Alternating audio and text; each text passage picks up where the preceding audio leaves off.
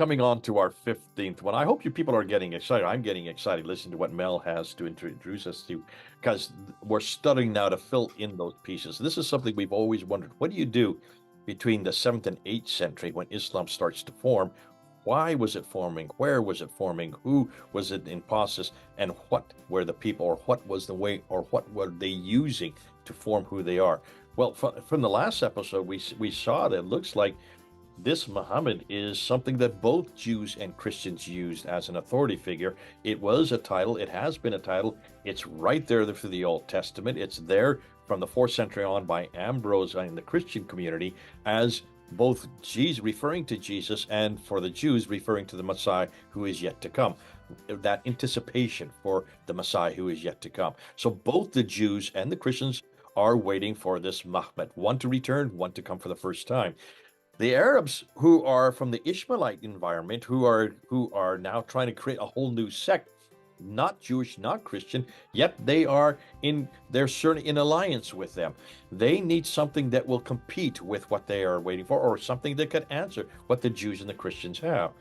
So what we're going to do today now, and this is where we're going to kind of end it off in this whole series. Mel's come on board. Thanks, Mel, for coming on board again. You're going to be introducing a guy named Benjamin of Tuleda. I've never heard this guy before. I have no idea what you're going to say. What I'm hearing is going to be the first time, just like for you is the first time. Over to you, Mel. What is it you have to offer us today? Okay, so we've been given the standard Islamic narrative. There's hadiths and we have seerahs and so forth. But wouldn't it be amazing if we could go back in time, centuries after Islam began, and take a peek at what is actually happening on the ground, and actually just confirm that everything is as we imagine it was back in those days? That's what we're going to look at today. Benjamin of Tudela was a Jew who went on an epic journey all over Europe, the Middle East. He went to Arabia, he went to Baghdad, he traveled all over, and he wrote notes. And because he was Jewish, he had access to places that we could only dream of accessing. So, for example, he could go to all the key religious places in Baghdad, no problem. And the story he tells us blew my mind when I first read it. And I'm still trying to filter what it all means. It's definitely going to change everyone's idea of what Islam was like in the first few centuries, because it's telling a completely different story. So without further ado, I'm going to open up the slides here. So Benjamin of Tudela, as I mentioned, he's a Jew. He was living in Spain. He traveled all over the known world at that time. And he was living in the 12th century. His journey lasted from 1165 to 1173, so that would be an 8-year journey. You can see from the map where he traveled. He went to all the significant places really at that time. And what's interesting, Jay, of all the places he traveled to, do you notice that there's one place he didn't go to? That's right. He didn't go The one place he should have gone would be Mecca. Why didn't he get down there? He doesn't go to Mecca. Why not? He goes to.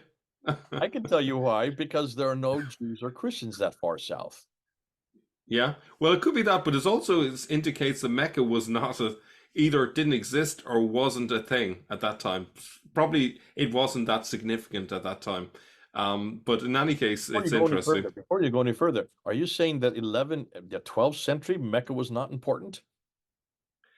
Yes, exactly. And in fact, this is what we're going to discover. That yet, and you're already out on a limb to say that. Okay, folks, that's from Mel's mouth. Let's see if it's correct, because he's not just putting Mecca. Of course, it would have been existent, but he's saying it's still not even important by the 12th century. See, this, folks, we're finding, and almost a lot of stuff we're finding now looks like it is coming out of the Ottoman period, redacted back to the Abbasid and the Umayyad period. So Mel may be correct, but hold on, let's see. We're going to see an example of a really clumsy interpolation in his text to try and fit Mecca back in. It's really obvious. There's a cut in the sentence, and it's trying to break up the fact that what he's telling us is where the Muslims are going is Baghdad to see the Caliph, who they see as Muhammad. That's the key clincher that we'll see now in a moment. So here he goes to visit Baghdad, and he reveals an unusually close relationship between the Caliph and the Exilarch in the 12th century. What I've always been told is the Jews and the Muslims fell out sometime after the beginnings of Islam, and they became mortal enemies. But he tells us a completely different story. He says there in Baghdad, the great king Al-Abbasi, the Caliph Hafiz, holds his court, and he is kind unto Israel, right? And many belonging to the people of Israel are his attendants. So there's a mutual respect that's there. He says, now this is the Caliph, he knows all languages, well, he's exaggerating just a touch there, and is well versed in the law of Israel. He reads and writes the holy language, Hebrew. So this guy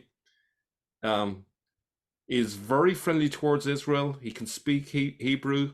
He even knows the law of Israel, which is amazing. Who'd have thought?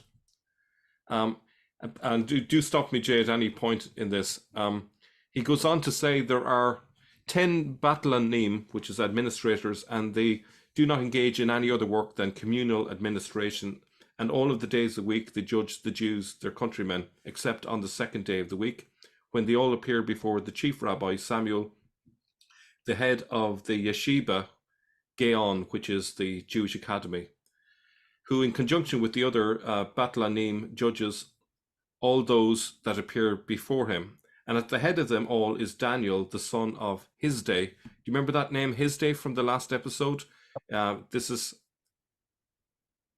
So that is from that family line, from the Bostonais line there, who is styled our Lord, the head of the captivity of all Israel.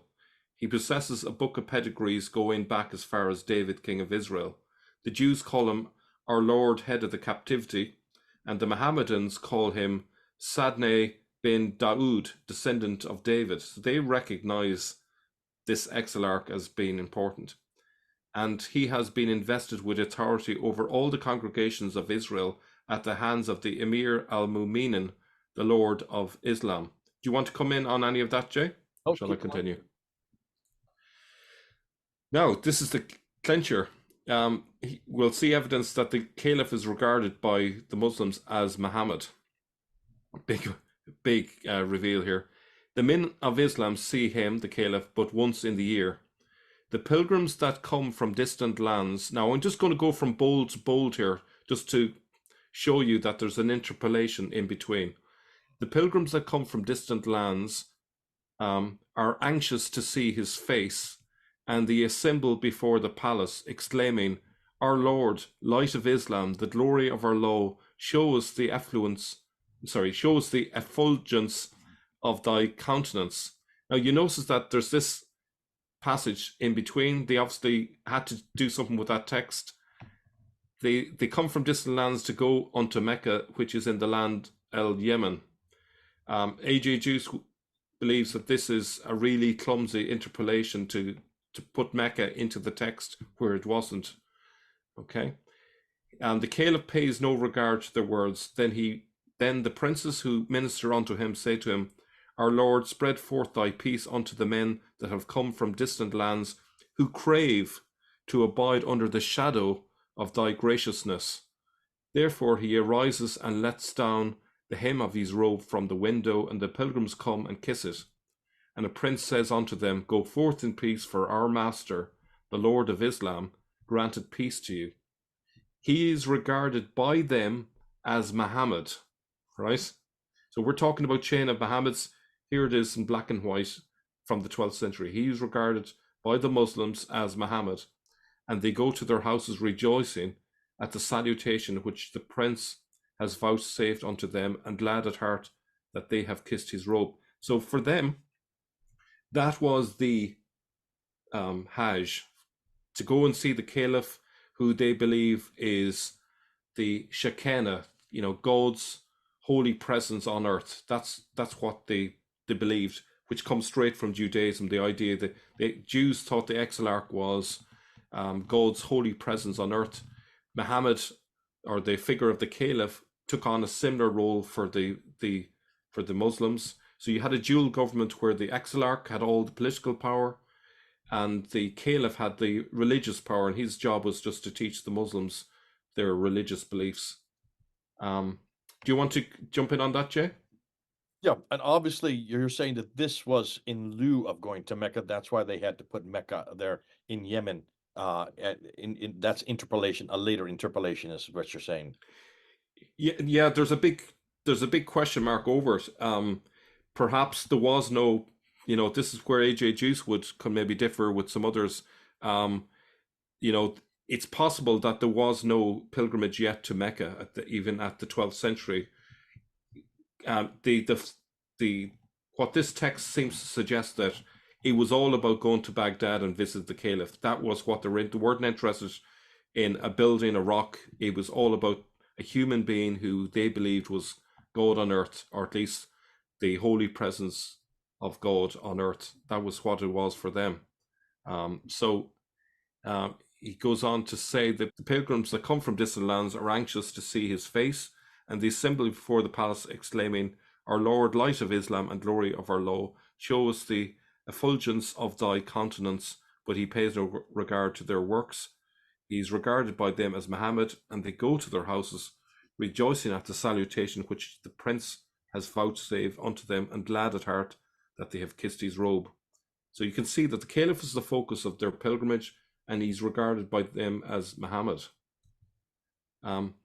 And then it goes on to say, "For thus Muhammad commanded concerning him and his descendants, and he granted him a seal of office over all the congregations that dwell under his rule, in order that every one, whether Mohammedan or Jew, or belonging to any other nation in his dominion, should rise up before him, the exilarch, and salute him, and that anyone who should refuse to rise up should receive 100 stripes." So it's suggesting that there was a tradition at that time that the original beginner of this, whether it is Marzutra II or whether it was Nehemiah bin Huziel, but they set off a tradition where they had a dual government between the Jews and the Muslims. And the deal was that Muslims, Mohammedans, had to show due respect to the exilarch and salute him. And if they didn't, they were to get 100 stripes, like 100 whips or 100 smacks of a cane for not doing that. So as further evidence for this is a postscript. Now, this is not from Benjamin of Tudela. Shia refers to a group of Muslims who believe that the succession to Muhammad must remain in his family for specific members who are designated by a divine appointment. A vast majority of Twelvers often add Aliyun Waliyu La. Ali is the vice regent of God at the end of the Shahada. So unlike the regular Shahada, they have Ali is the vice regent of God. This testifies that Ali is also the leader of the believers along with God and Muhammad. So you have in their Shahada, I hope this makes sense, you have Allah, you have Muhammad, and you have Allah, right? This reflects what Benjamin of Tudela is seeing. He's seeing a dual government where obviously they're worshipping Allah, but they also have an exilarch and a caliph who's acting as Muhammad. So that would suggest that Ali is actually the exilarch and the caliph is the Muhammad in this dual government, if that makes sense. When Benjamin of Tudela visited Baghdad, the caliph was treated as if, as it were, as Muhammad, and the exilarch was treated as the vice regent, i.e., the official administrative deputy of the caliph, i.e., Ali.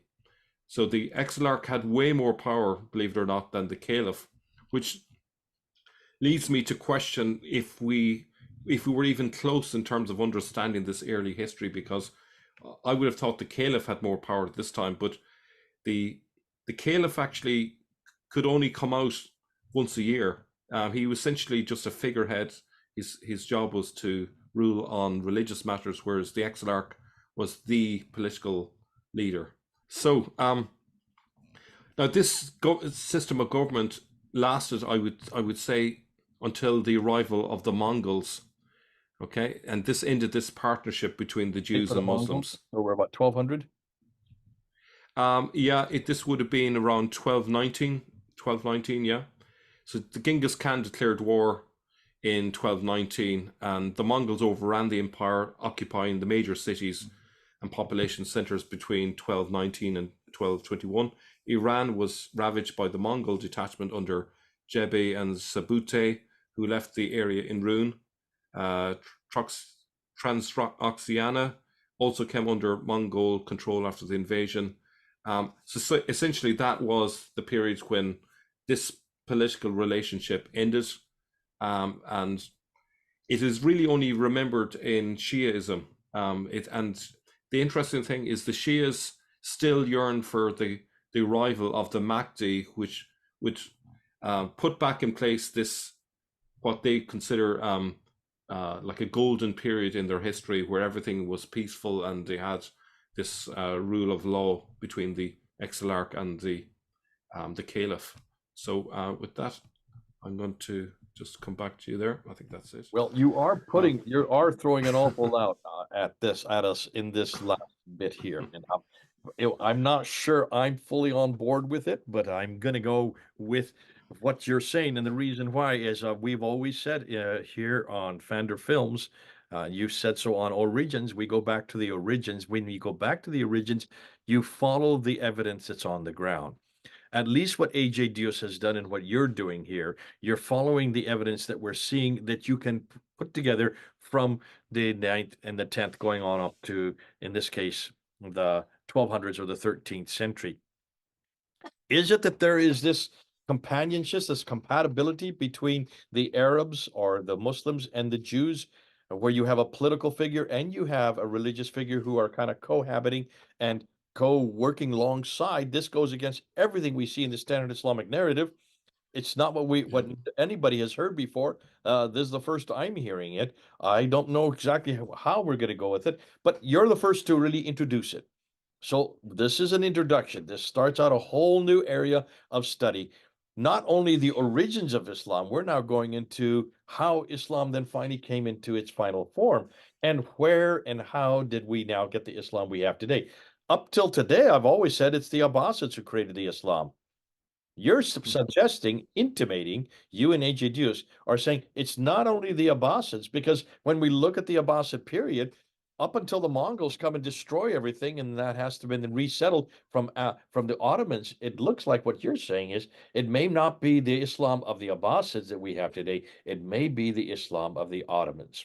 Now, as a caveat, and I'm going to leave it there, I'm not going to say too much more, is we're going to be putting up in a few days, about a week or two from now, we're going to be putting up the material on when the earliest extant manuscripts we have for all of these, what we've assumed would be Abbasid writers.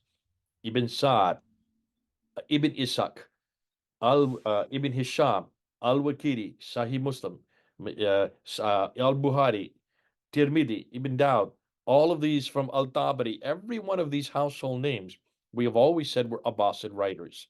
You and I have said that. This is what everybody else seems to be saying. The extant manuscripts suggest completely different. The extant manuscripts for every one of those names do not appear at all. None of these manuscripts by any of these writers, by any of these compilers, are from the 8th or the 9th or the 10th century. I might say one thing, there is one from 950, but that's about it. After that, almost everything we know about any of these writers comes from the Ottoman period and even later. So, well, from the Ottoman period, I'll just leave it at that. Much, much later. So the extant manuscript do support what you're saying here. Do support what you're saying here. But this is you're cutting off an awful lot here. You're chewing something that I'm not really ready to swallow yet. And I'm going to Yeah. chew. No, We're going to continue to come back on it. But that's how we look at history. We don't redress history. We don't remake history. We see what history can tell us. And that's exactly what we've asked you to do. AJ Deus and you are doing this. Audon has come alongside you. This is exciting. This is fun. This is a real white paper. You're putting down your gauntlet here and you're saying, this is a new idea, folks. It may not sit well with you. It doesn't quite sit well with me yet. I'm not willing to go there yet. Nonetheless, the fact that you have supported it by looking at documents from that time period, by looking and seeing what was happening in that time period, the fact that there was a good relationship between the Jews and the Arabs as late as 1200s. Woo, wow, this is new. This is difficult. have to swallow. And yet, maybe we're going to have to do so if that's where the evidence leads. And we've always demanded we need to follow the evidence on the ground. Great stuff. Listen, I'm excited. Let's see where it goes. You people, you have the comments below. Let's see what you think. Are you ready to swallow this quickly, or do you still want some more evidence? We're going to be compiling more. You can bet that Mel and Dios, AJ Dios, are going to continue to unpack. And remember, we've always said the more they scratch, the more they find. The more they find, the more they whine. The more they whine, the more we shine. Oh, how sublime. We've always started from that premise. Folks, the more you unpack things, pull up the different rocks, pull up the different gravestones, pull up the stand in the desert, and look and see what's underneath. What you're going to find you may not like, and it may shine or make you whine. Nonetheless, folks, we've got to go with what they're telling us. And if we're not going to cry out, then the rocks are going to cry out for us. God bless you, Mel. Thanks so much. This has been a great series. We'll continue on with more yet to come. This is Jay here in United States, Mel in Europe. Over and out.